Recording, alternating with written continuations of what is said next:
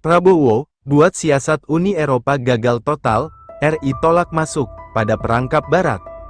Sepertinya siasat Barat gagal total saat mencoba menjebak Presiden Jokowi untuk mengekspor bahan mentah, dan Jokowi menolak menandatangani surat tersebut.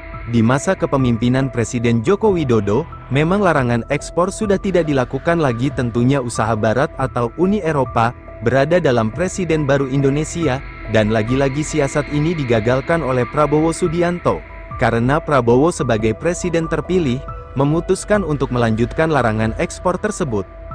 Sebelumnya, Presiden Joko Widodo mengaku hampir terkena jebakan negara-negara maju, saat gelaran KTT G20 di Roma, Italia, November lalu.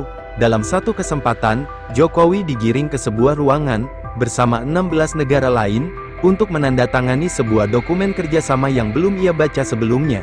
Saya sempat berpikir, apa bagusnya kalau kita ikut? Pas saya baca, waduh, ternyata kita disuruh ekspor bahan mentah lagi, ucap Jokowi di Jakarta. Setelah mengetahui secara jelas maksud terselubung dari kerjasama itu, kepala negara langsung menghentikan langkahnya. Begitu mau masuk ruangan, saya katakan tidak, kita tidak ikut. Akhirnya, semua bubar, tidak jadi tanda tangan kerjasama. Karena kita tidak mau jadi buyar semua, saya tahu, sebenarnya yang diincar hanya Indonesia saja, jelasnya. Keberanian seperti itu yang menurut Jokowi sangat dibutuhkan Indonesia. Harus ada aksi tegas untuk menghentikan dikte-dikte yang dilakukan negara lain terhadap Indonesia. Keberanian itu yang bisa mewujudkan hilirisasi. Kalau kita ikut terus, sampai kapanpun kita hanya jadi negara pengekspor barang mentah.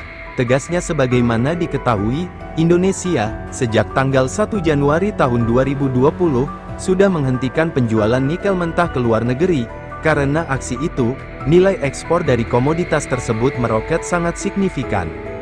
4 tahun lalu, ketika nikel masih diperdagangkan dalam bentuk mentah, nilai ekspor komoditas tersebut hanya 15 triliun, sekarang, setelah diwajibkan ekspor dalam bentuk jadi atau setengah jadi, nilai yang diraih mencapai 280 triliun.